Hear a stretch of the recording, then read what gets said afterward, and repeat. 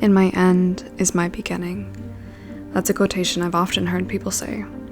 It sounds all right, but what does it really mean? Is there ever any particular spot where one can put one's finger and say it all began that day? Maybe it was my longing for a house that in my dreams I would live in with the girl that I loved. A house in which, just like a child's silly fairy story, we should live together happy ever afterwards. And then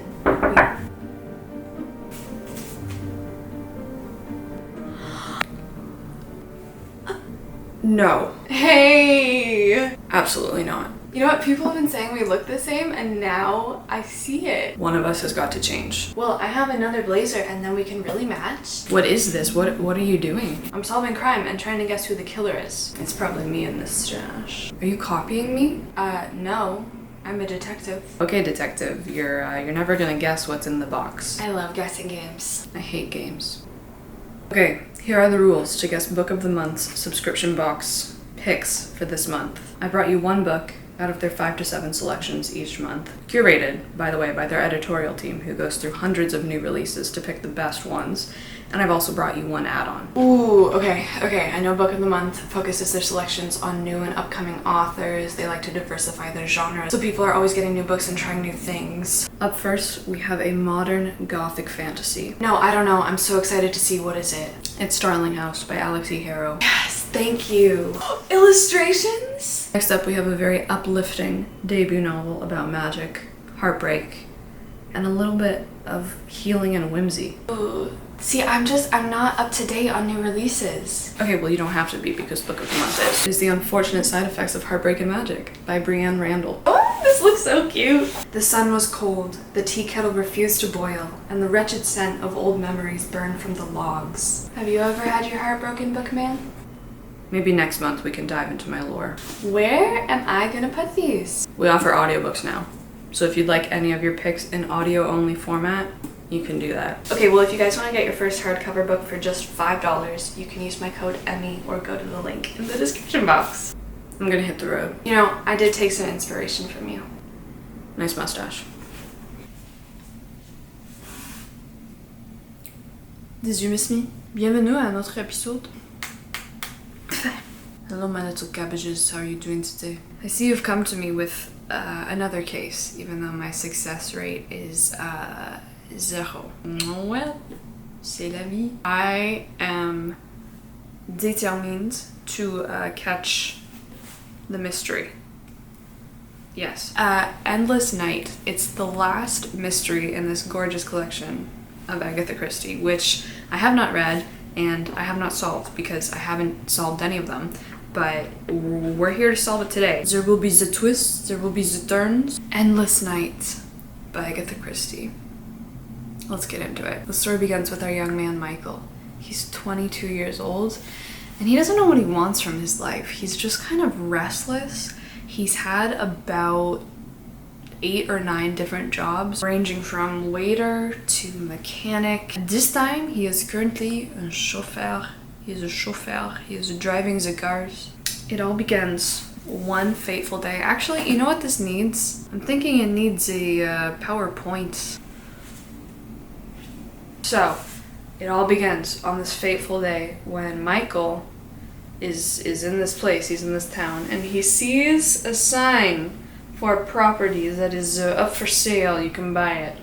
And it's called The Towers. It doesn't have any towers. It's this really ramshackle. It's grander than the house in this picture, I will say, but it is completely run down. It's decaying. It looks like no one's been living there for years, but it is on this gorgeous piece of land, acres upon acres, really great view. The only problem is that the property is on this curve in the road. It's right where you don't want your property to be because people be driving their fast cars. There's going to be accidents, and there have been accidents. It is known as the place where the accidents take place. The locals, the farmers, different people who live around the area call the land and the house all together Gypsy's Acres. It's called this because the Romani people were literally told to leave the land, like they were just taken off the land by the government. They weren't allowed to come back. The government treated them awfully, so did the local people, I believe, and there's also said to be, because of this, a curse on the land. It's also known that the last people that lived there died. all of them. For some reason, Michael sees this and he's like, I kind of want this house. I kind of want to buy this place. Now, Michael is not a well-to-do man. Like I said, he is 22. He's currently a chauffeur, and he doesn't really know what he wants from his life. He seems a tad possessive. Like, he will just see things and he'll be like, I want that. He sees the towers and it's no different. He wants them. He wants to own this beautiful house. He's also done some questionable things in his past, and his greatest goal in life is like to find something. Like, he just wants to find something. He wants to go out there and discover something, find something that he's been looking for his whole entire life. This may come in the form of a person, because on the day that he goes to investigate, snoop around the towers, see what it's all about, he meets Ellie Goodman. She's just standing there a little bit creepily under the trees, under the fir trees, like we said, kind of as if she was waiting for him, actually. I don't know. We'll have to come back to that later. But Ellie, there's something going on with Ellie. She is definitely hiding something. She's extremely well-to-do, extremely rich. Her and Michael like meet, they hit it off. Michael kind of falls head over heels for her. She seems to be reciprocating all of the good feelings. It's revealed how rich she is, how constricted her life is because of her wealth, and it's pretty much characterized in this one sentence that she says, "Oh, I'm so sick of my life and the people who are around me." She is called by Michael a poor little rich girl because she's definitely rich, she's very well off, but she is so sad. She basically describes her life as a prison because everything is decided for her, everything is done for her. She has no say in anything until she turns 21. She's currently 20. And this is what she says to Michael. There's a saying by some great writer or other that no man is a hero to his valet. Perhaps everyone ought to have a valet. Her 21st birthday is fast approaching. She tells Michael that unfortunately she has to go to the south of France for her birthday. Like, her family is extremely rich. Her mother and father are no longer in the picture. They're dead, but she has her stepmother and this entourage of people who basically control her life. So she heads off to the south of France. At this point, we need to introduce Joe March's husband. It's Rudolph. We actually don't know where he's from. I think he might be French. For some reason, reading the book, this is just absolutely what came to mind. And more than that, he's like genius. He builds the craziest houses. He like has the vision. He knows what you want before you know that you want it. His clients are extremely rich, not because he likes working with the rich, but because you have to be rich to afford the kind of houses that this guy makes. So unfortunately, he's also dying of consumption. Now, Rudolph enters the scene because Michael, who is, like we mentioned, a chauffeur, driving around very rich people, comes into contact with Rudolph because they have the same clientele. Do you see where all this is going? Do you see maybe kind of where all this is going with the house, the towers, that's, you know, currently up for sale, up for auction? Michael does go to attend the auction. No one buys it. The prices are all pretty low. No one wants this piece of land. Another important character, last one for now, don't worry. I know your attention span is shorter than my moustache. Greta. Greta is a young lady from Germany. On this way to be an au pair or a chaperone to Ellie. She kind of arranges things for Ellie. She's the only way that Ellie can experience any sort of freedom. If Ellie wants to go and do something prior to her 21st birthday, where she becomes like an adult, she gets her inheritance, blah blah blah, Greta arranges this for her. Greta is known as the woman who can do anything. She can do anything. You want it done? Greta's got your back. We left off with Ellie going to the south of France. She returns and she is completely different. She meets up with Michael in their usual spot, usual time.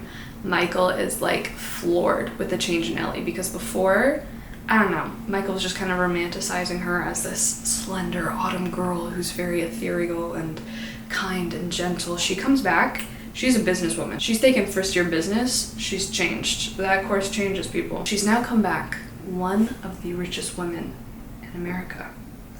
Because she says, I'm one of the richest women in America, Mike. For her though, doesn't change her affections for young Michael, and when he pops the question of marriage, literally out of nowhere, she's like, yeah, you know what, this life is going to be hard for both of us because your family, Michael's family, consists of his mother, who's like very spiteful towards him. They're not gonna love Ellie, her background, but Ellie's family isn't gonna love Michael and his background. So they're just gonna make it work together. They're gonna say, screw our families, we're gonna live happily ever after. They have been talking about this house thing. They've been talking about their mutual friend now, Rudolph, because it turns out that while Ellie was in the south of France, who did she meet? Rudolph. Where did they meet? At a sanatorium. Michael is elated that Ellie has agreed to marry him, but he's upset because he's like, you know what, this dream we've had of our dream house, it turns out that we're not going to be able to buy the towers on this piece of land that we've kind of been thinking about, because that's where they met. They met like across the street from the towers. Michael has found out that in Ellie's absence, the house has been sold. Some crazy secretive firm, some London firm has bought it, and no one else can now buy it. Ellie is like, you know what, Mike?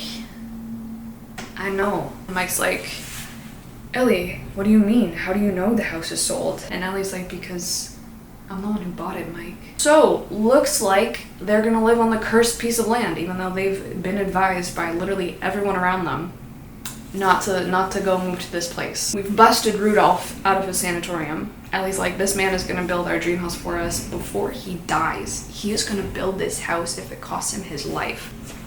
It's Mr. Stealer Girl back again. Welcome back to How to Get Away with Murder 101. Because these folks sure are getting away with it. I don't have a clue. Endless Night. Here's what I'm learning about it. This is a very different case than a lot of Agatha that I've read before. It presents a lot of new difficulties, but it's it just feels so sinister, but it's very quiet. I have a lot of information to impart on you so we can catch each other up. Our friend Rudolph got busted out of the sanatorium and he started to work on the house for Ellie and Michael. The house is still being built. It's not done yet. So we really have no idea how this curse on the land is gonna play out. But we've learned some things about Rudolph, which is placing a lot of suspicion on this man. He confesses to Ellie and Michael, who go to visit him, that you're going to die anyway. So you can do anything you choose. There's nothing to deter you. There's nothing to hold you back. I could walk through the streets of Athens, shooting down every man or woman whose face I didn't like. He freely says that because he feels like now he's a free man, even though really he's a condemned man, condemned to death. He has no hope of being cured for whatever his malady is. He just wants to complete Ellie and Michael's house before he goes. Ellie keeps saying that she's frightened of Rudolph. She's really frightened of this man. He's saying all of this stuff. He feels like there are now... nothing can touch him. Literally nothing can touch him except death. No one in the world, like he says, can do anything to him now. He could go to jail, but he'd only be there for a couple months before dying anyway, so he is free. First we need to bring in the man, the myth, the legend. No, that is not the lawyer from the B movie. That's Cousin Andrew. He's not really a cousin. He is Ellie's lawyer, and he manages Ellie's trust fund. I actually really like the character of Andrew now that we've met him. So what has happened is that Ellie and Michael married. They're in love. Not really feeling it. Not really feeling the chemistry. Like I said, Ellie is very much under suspicion to me that she's just like picked Michael up off the street and she's using him for some means or purpose. Yeah, Cousin Andrew is kind of honestly a stand-up dude. I don't know. This detective believes that he truly has Ellie's best interests at heart. What's happened is now Ellie and Michael's marriage, their union, is just out into the open. Everyone knows about it. Everyone meaning Ellie's side of the family, all of her relatives, and they are now, all of them, coming to weigh in on the situation. They want to meet Michael. They want to see this house. Cousin Andrew is one of these folks. He's not giving me anything suspicious. So here's the thing. Here's our happy couple. What are you guys doing? I don't understand what they're doing. I'm getting no chemistry. I don't know. Michael just fell in love with this like image of Ellie that was completely incorrect, and now that she is presenting herself to be like a very savvy businesswoman, he has no idea what's going on because this is not his world. I feel like is kind of falling out of this infatuation with her. There's also the thing that like they just don't communicate. There's no communication. Michael is constantly like, oh, who's this? Who's that person? Who's Cousin Andrew? Who's Uncle Frank? Like, there's no one really breaches any topics of conversation with each other. I don't know what Michael is doing here. What is he doing here? Like, what is he doing here? There's something just not right with this whole situation. Her wealth is just exorbitant. Like, her plan now is to kind of pay off the family members that would harm her settled life with Michael in the English countryside in their new house that's still being built. Michael's opinion on Ellie's wealth and like her background, her prestige, her way of living, along with the rest of the family. Whatever you have is the best of its kind. Not so much because it is the best, but because there is no reason, if you like or want any particular thing, why you should not have it. Ellie doesn't care whether she buys a Cézanne or some random person's artwork off the streets of Venice, like they were just in Venice. And she's just as happy to purchase this huge famous painting that costs a large sum of money as she is to purchase a humble artist's work. Here are some questions we have to answer. Why was Ellie in town near the towers? What was she doing near the property? Why was she so concerned with the sale? When Michael shows up, meets Ellie for the first time, she is so anxious to inquire whether the towers has been sold. I'm thinking she was planning on swooping in and purchasing the property before Michael ever came on the scene. I think that was something probably always in the back of her head, but for what nefarious purpose, I don't know. Another thing that made me think that was that Cousin Andrew, her lawyer, her trust fund manager, he comes to see her and Michael, and Cousin Andrew keeps repeating, oh, Ellie, remember you also have this house in the Bahamas, remember you also have this house on Long Island, remember you have all of this property. So it seems that she owns a bunch of houses, and she's just purchased another one, or she's creating another one because the towers have been torn down and her and Michael are putting up their dream house. Why are you such a real estate mongerer? Question number 2. Why is everyone in Ellie's family going to see the house? Michael has been very courteous, honestly, and he's been dealing pretty well with Ellie's side of the family coming to see them unannounced. But every time he's like, oh, we'll have to take you down to show you the house being built, they're like, oh yeah, we already checked it out. Like, we already checked it out. We already talked to Rudolph. You don't need to show us anything. We've gone over the plans ourselves. It seems like everyone is in on it. It seems like they're all playing a cruel joke on Michael. About Michael, though. What did Michael do that has made his mother fear him? We know that Michael's mom knows he's married now. She's scared of her son for some reason. We know his father was an alcoholic. Maybe he killed his father? We also find out something important about what went down in the towers before it was put up for sale. Michael says there was a murder or something long ago, a man and his wife and another man. Some story that the husband shot the other two and then shot himself. I also appreciate that Michael makes a Dickens reference to Uriah Heep. People take you at your own valuation, and I didn't want to be like that chap in Dickens. Uriah something his name was, always going on about being humble and rubbing his hands and actually planning and scheming behind that humility. I didn't want to be like that. I read David Copperfield this year, and can I just say that, oh my god, Uriah Heep flashbacks. We also have met Cora, who is Ellie's stepmother. Here she is. The only thing really important about her is that, like I mentioned, Ellie has decided to pay off her stepmother to kind of stay out of her affairs. Her stepmother has basically just been collecting husbands, watching them die, or divorcing them, and then getting money from them. But Ellie has decided to pay off her stepmother to just kind of go on vacation the rest of your life away. And we also meet Uncle Frank. Uncle Frank is actually an uncle of Ellie's, but not blood related. Her father's sister's husband. It's mentioned that he's like kind of a criminal, but in a harmless way. Like, he's not a big time crook. He's a small-time crook. It said that he's never really going to do any big crimes. He's just kind of that creepy uncle who probably commits small felonies on the weekend. I don't know. The last thing that I wanted to bring up for now before we try to crack on with this weird case. I don't know. Something bad is so about to happen. Endless Night, the novel, gets its name from William Blake's poem. This verse specifically, every night and every morn, some to misery are born. Every morn and every night, some are born to sweet delight. Some are born to sweet delight. Some are born to endless night. I don't know, there's so much in this book that like contrasts having money, having a ton of money, but being so unhappy. And then in Michael's situation, he has not a lot, but he is pretty carefree, pretty happy, doing his thing. And then Rudolph as well fits in. There's just a lot of cool like commentary, a lot of cool concepts flying around, and I just want to be able to put them together into unraveling the crime. Okay, I fell asleep, but we are back. Like I said, or didn't say, we have moved into the house.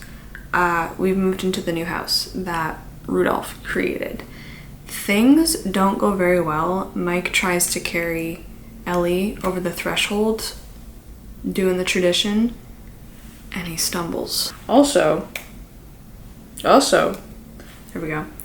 Oh, that's so bright. On their first night in the house, Ellie, Rudolph, is it Rudolph? No. Yes? No. Yes. Ellie, Rudolph, and Michael are sitting down to dinner. They're all having dinner together when all of a sudden a rock flies in through the window, smashes the window pane, smashes Ellie's wine glass sitting in front of her. Glass goes into her face. Blood's everywhere. Michael's upset.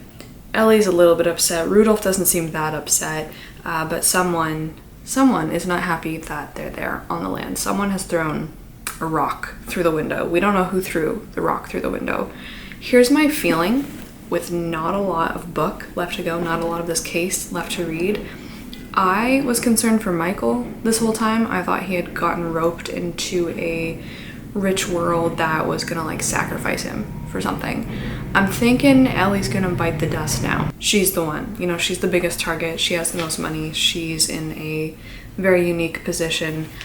Things are going badly, and things are going also worsely. They wake up one morning to find a dead bird on their doorstep with a knife stuck through it, and the knife is attaching a letter, a piece of paper to the bird, and the letter says, "Get out while you still can. We don't want you here. Be gone." That's not really great. I don't know why they just don't go to the police at this point. The pair of them are quite determined to stick it out, not to give up their home. Something that has now made me suspect Michael, and like I feel like we're kind of peeling back the layers of the onion of his past. Their neighbor, one of the less well-to-do people, I mean, they're all pretty less well-to-do comparatively to Ellie and Michael now, because, I mean, she's the richest woman in America. One of their neighbors, who seems like an alright dude, he's not giving me any suspicious vibes. He comes over and he's like, "Oh, you know what, Mrs. Lee, one of the other women who has threatened you about the land, like, don't listen to her. She's really a good woman. She saved my brother when he was drowning in the ice." Michael has a very extreme reaction. He like spasms and his hand knocks off a glass ashtray, shatters all over the floor. After their neighbor leaves, Ellie is like, "What was that about, dear?" And Michael's like, "Oh, you know what? It just reminded me of when I was a young lad in school, and me and one of my pals went out on the ice, and the ice broke, and what does it say? The ice wouldn't bear us. He went through and drowned before anyone could get him out." Maybe he's just having a very large reaction to this weird memory from his childhood where one of his like pals drowned in the ice. I don't buy it. I'm not buying it. There's more to it. And then, I don't know, the sentence that got me.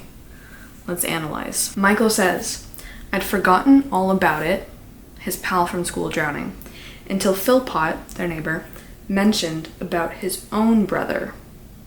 His own brother. But I feel like the fact that the word own is there, as in Philpott's own brother, their neighbor's own brother, you wouldn't say that unless Michael, the person saying it, was also referring to his brother. Maybe he had a brother? Now I just feel like Michael murdered his brother. Don't know anything about the rest of Michael's family. All we know is his mother, but there must be some reason why his mother's scared of him, like we're saying. I don't think I'm reaching. I really think the fact that he's like, I didn't remember until he started talking about his own brother. I feel like that language is indicative of something. Then we have some incidents that just start to pile up. They just start to pile up. Things are going really, really wrong. You shouldn't have built the house here. You shouldn't have built a house on this land because it doesn't really belong to you. So Ellie goes out one fine morning. She's walking, encounters a tree root. She trips, falls, sprains her ankle. Who comes to the house? Bum, bum, bum. Greta. Michael has always hated Greta. If we remember, Greta is like, first of all, she's Ellie's best friend.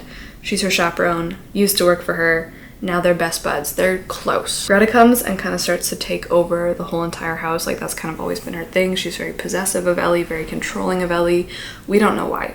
Is Greta just a fortune hunter waiting for Ellie to drop dead, waiting for Ellie to bequeath her money, hanging on for money? Is she there for some more nefarious purpose? Is she just straight up in love with Ellie and very upset that she's married Michael? We don't know. Also, something important, this looks like carrots. Ellie takes medicine. She takes some pills. She has these orange pills for her allergies because Ellie has really bad allergies, like she's allergic to horses and ragwort and cats, and she's just allergic to a lot of stuff.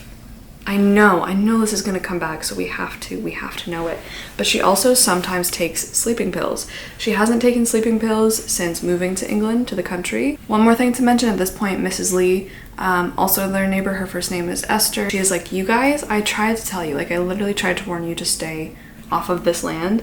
She meets Ellie out in the trees once more and she says, it'll never be your land and it'll never belong to you.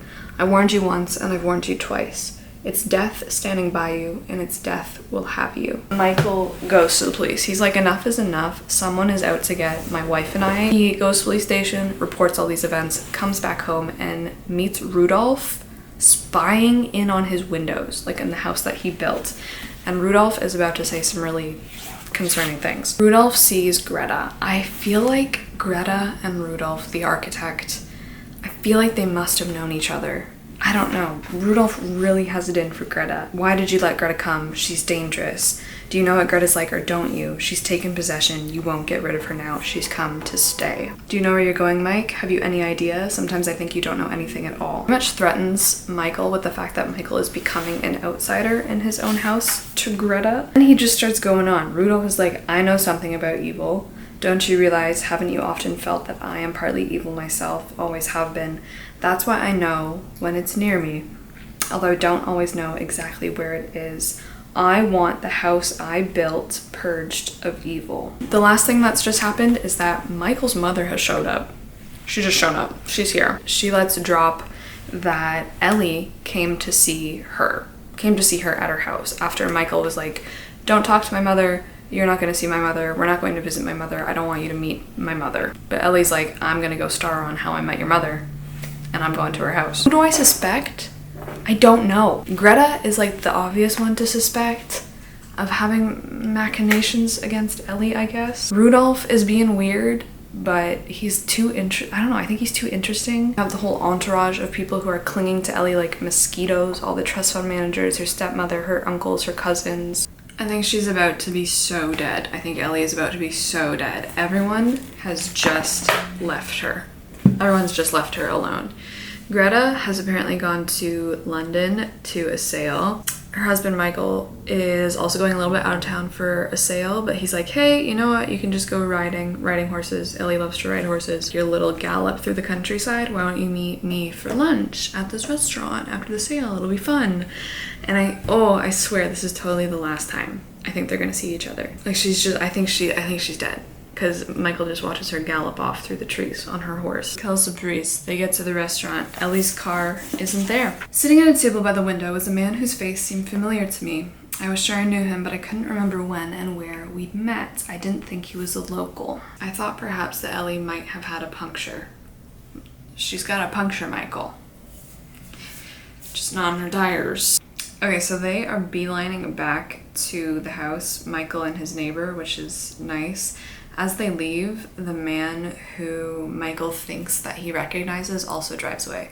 This man he thinks is Stanford Lloyd. This is a name that's been mentioned probably like 2 or 3 times, but it's just another of Ellie's investment managers. It's also surmised that Cousin Andrew and Lloyd, Stanford Lloyd, they're the 2 like bank lawyer trustee managers. They fired Michael and Ellie's like servants, butlers or whatever, and replace them with detectives to like keep an eye on Ellie. So I'm finishing this today. Like I'm gonna crack this open today. I have theories. I have theories to tell you, and I'm really excited because I think they might be correct. Here is the thing with the Agatha Christie novels, and this is one of the things that's gonna come back around and make me second guess myself. We have a couple of characters, these two in fact. This is Stanford Lloyd. and this is Claudia Hardcastle. They have basically not been mentioned too much at all, except now they are. And I think they might be the killers. Claudia Hardcastle was one of the neighbors that Michael and Ellie met when they moved in. They had dinner together with like the neighborhood. They met Claudia. Claudia and Ellie really hit it off. It was dropped at dinner that Claudia was married in the past to a very rich American man whose last name was Lloyd. Immediately, I'm like, okay, well, it's obviously Stanford Lloyd. These two have a connection, so Claudia's just kind of having a connection with everyone. It turns out that Rudolph is Claudia's half-brother. She never sees him, they rarely meet, but she seems to have quite an admiration or appreciation of his work. So they are also links. The links are forming people. Here we have the details about Ellie's death. When she was found on the forest floor, she had been dead for at least 3 to 4 hours, which checks out with her leaving breakfast, going out to ride her horse, and dropping dead pretty shortly after she left the house. So when she's found, she's been dead for 3 to 4 hours. It was remarked that morning by her husband Michael that Ellie had the American habit of drinking coffee and a glass of orange juice and nothing much else for breakfast. She's only drinking liquid in the morning.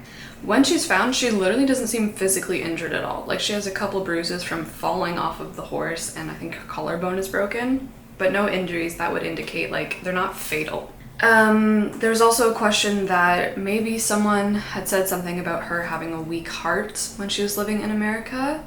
Yeah, Greta was telling Michael that she was always very delicate. A witness said that they saw Mrs. Lee around the forest, also 3 to 4 hours ago when Ellie was out there riding. I don't suspect Mrs. Lee at all. I think Mrs. Lee is totally innocent, maybe guilty of other things, but I don't think she's the murderer or contributed to Ellie's death at all. The doctor said that the death had been practically instantaneous, so yeah, she didn't die from falling off the horse. She definitely died riding and then fell off. The cause of death is identified as apparently heart failure caused by shock. And the doctor also said she died simply as a result of absence of breath. Let's talk about Claudia for like one hot second. It said that Claudia seemed to live for horses. Ellie at that dinner revealed to Claudia Hardcastle that she has really bad allergies. Like we were talking about before, she takes those orange pills. She says, camels do it to me worse than horses. I was in Egypt last year and the tears just streamed down my face while I was touring the pyramids. So, Claudia has all this information. Here are my theories. Okay, theory 1, the camel. Ellie is so allergic to camels that Claudia brought over a camel and made her smell it, and now she's dead. Theory number 2 might be a bit more plausible than that. I'm gonna call it the poisoned OJ, poisoned orange juice. So, here's what I think happened. Number 1 suspect right now is totally 100% Claudia and Stanford Lloyd together. Here's my poison orange juice theory. It was said that Claudia was married to Stanford Lloyd, but she mucked it up. Like, they divorced pretty soon after. Stanford Lloyd, eventually he did come to the house for like, here's the thing with Christie. I feel like when characters are mentioned this much and they only have like little paragraphs when they're actually doing something, maybe you should pay more attention to it than that. Because Lloyd was there for like one tiny paragraph at their house, but he got Ellie to sign a bunch of documents shortly before her death. Maybe that was like a week before she died. Like I said, Claudia knew about Ellie's horses and her allergies / her pills. And I did Google about allergy pills. I Googled, can you overdose on antihistamines? This is just copied straight from the internet. I don't know why it's telling me to share this to Pinterest. How to overdose on antihistamines. Maybe don't share that to Pinterest. Okay, so Google kindly let me know that a person who overdoses on antihistamines, allergy pills or allergy whatever, may experience fever, dilated pupils, and a fast heart rate. The fast heart rate, that checks out. What does Ellie have for breakfast? Not camels, orange juice. What color are her allergy pills? Orange. Do you see the connections? Do you see the links that I am making? So, another clue was that an expensive lighter with the initial C in it was found on the property after her death. What is Claudia's first name? Claudia, just saying. And it's an expensive lighter, which makes sense because no one else in the neighborhood is really rich enough. I guess except for Cora, the stepmother. But Claudia is known to be rich because she married the rich American and she has a ton of money. Like I was saying last night, Ellie did suspect that either Andrew, cousin Andrew, or Stanford Lloyd, this guy, let's get a visual, this guy, fired or switched out the servants in her house to replace them with people who would like watch over them who were actually detectives in disguise. If this is true and these two are in on it together, then if he had controlled the servants, he could have got one of the servants to put her pills, her orange pills, in her orange juice. The only problem is they totally have the means. All of the means are going and lining up to Claudia and Stanford, but I don't know what their motive is. Claudia is also described as a tall woman, and the eyewitness who said that he saw Mrs. Lee in the forest described a tall woman in a red cloak. But I just don't know. Does it feel too easy? I think it feels a little bit too easy. I really think I'm onto something with this orange juice. Do you think I'm onto something with this orange juice? Maybe it is the camel. Maybe they're just gonna find a camel running around the English countryside. Claudia's dead. Claudia's dead. Why do they always go and die on me? I was rooting for you to be the killer and you died. It is, folks. Claudia's dead. A couple days after the funeral, Claudia is also thrown from her horse when she's out hunting and she dies. It's revealed that Claudia was also friends with Cora, Ellie's stepmother, and that Cora was in town the day of Ellie's death. These two were actually hanging out, supposedly hanging out at the time when Ellie died. Mrs. Lee is also found dead. Everyone is dying. Mrs. Lee is found dead in a quarry. I think she's probably pushed off or thrown there. And when the police go to her house, they find a bunch of money hidden under the floorboards. So I think she was probably being paid to do something, to either kill Ellie. I don't think she would have done that. I think it's probably just to scare Ellie away, because I really do think the first rock and the dead bird with the scrawled note, I think those were Mrs. Lee's doing. Who has the knowledge of Ellie's sleeping pills? Michael does. I can't count Michael out. Her own husband, where is he? I can't count him out as not a suspect because he very well could be. I don't know what his motive is. Who else knew about the sleeping pills? Their doctor in town, I feel like it's not him, and Greta, the chaperone and Ellie's best friend. She also knew about the sleeping pills. And Claudia. Well, and I guess really everyone at dinner. Everyone knew about the Cheetos. What is Greta's motive? I don't think Greta has a motive. I really truly think she loved Ellie. She was already getting a considerable sum from Ellie because she was employed by Ellie. I don't think it was Mrs. Lee, and now Mrs. Lee is dead, but I did think it was Claudia, and now Claudia is dead. It's revealed that like everyone from Ellie's family, they were not even supposed to be in England, but Michael finds out that they were all in the vicinity around Ellie's property at the time that she died. New theory. I went back and read some passages. So first of all, let's just boil it down to basics. Ellie's dead. Who's left in the house? Who is left in the house that's been built now that Ellie is dead? It's Michael and it's Greta. That's just the facts. That's just the facts, guys. I went back and read some sections where Michael's been talking about Greta because Michael's been vocal the whole novel about how he doesn't like Greta.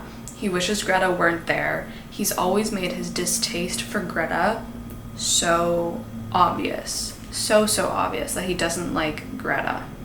That he doesn't like her control over Ellie. But there's like literally one sentence that I just reread. Ellie and Greta had just come in from outside, and Greta had a scarlet wool cloak half over her shoulders. The eyewitness that thinks that he saw Mrs. Lee the day that Ellie died in the forest, he described her as a tall woman with a red cloak. First I thought it was Claudia because Claudia is tall, she knows about horses, but Greta is also tall, and it said that Greta has a scarlet cloak. It's a new theory. It's Michael and it's Greta. Yeah, it's Greta and Michael. I think they're together. I think they love each other. Because I never felt the chemistry between Ellie and Michael.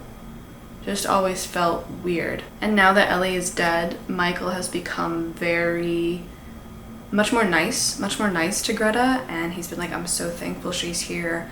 And now they're living in the house together. I think there's a past between Greta and Michael, and I think Michael's mother knows, and that's why he's never wanted his mother over, never wanted her to see Greta, and never wanted his mom to like give away the whole thing.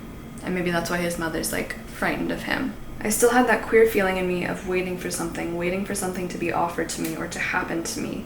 I suppose really I was looking for a girl, the right sort of girl, by which I don't mean a nice, suitable girl to settle down with. But that's what he does with Ellie, but that's not what he wants. How would he have met Greta though? Greta is half Swedish, half German. Michael's been traveling pretty much everywhere, so I'm sure they could have met. And then what? Did they like hatch this? But no, Greta's been with Ellie since she was 17. This is my final theory. I'm actually excited because I think maybe I've got it. Okay, so the last thing that has happened, and this is going to be the last clue, I guess. I've just stopped myself at a point. I think I know what's going on, and then I'm going to read on and tell you if I'm true. So the last thing that's happened, Rudolph is dead. He's died. His consumption or whatever illness he's got going on has finally taken him. He asked to see Michael on his deathbed. Michael went and saw him. Rudolph's last words were, "You damned fool. Why didn't you go the other way?" I think he's talking about Greta. I think he's talking about Greta and Ellie. I really think it's Michael and Greta who have done this together. I think along the way, Michael really did start to fall in love with Ellie. In my mind, he was definitely just there to get her money, like Greta and Michael together.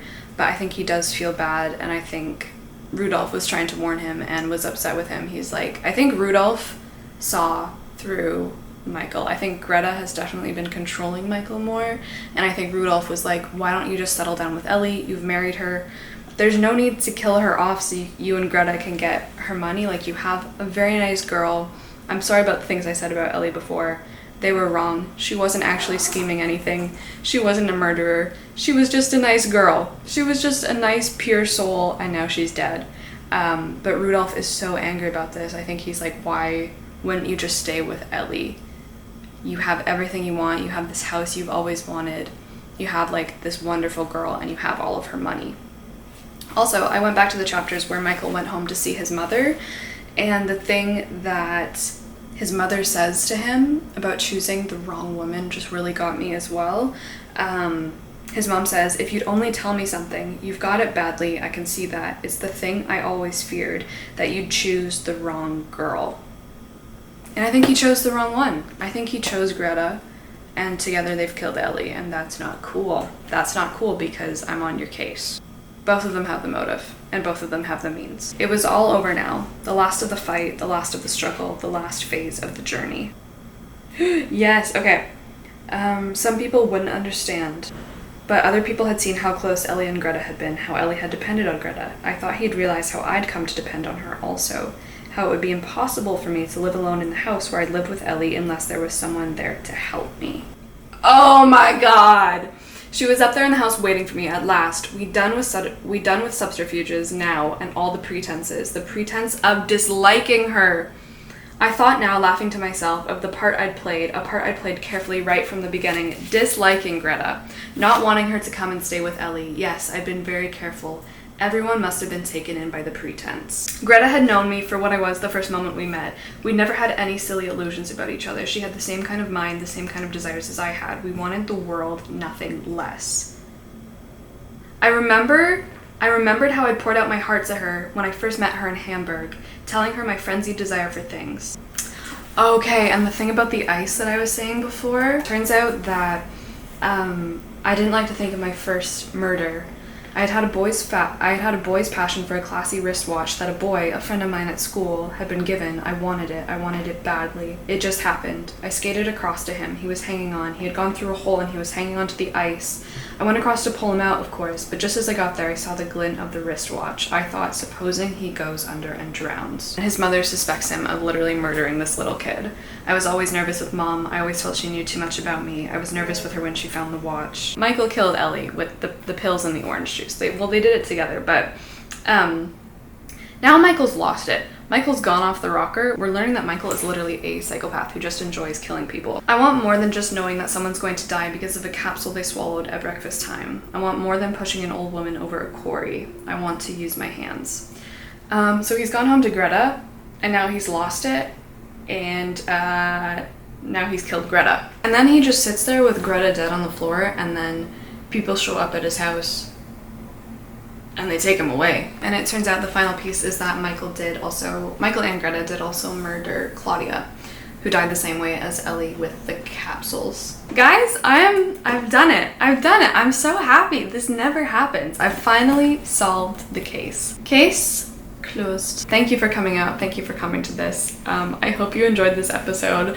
I'm filled with so much elation. I can't believe I finally cracked one. It feels really nice. So until the next one, that is when I will see you. So until then, ciao.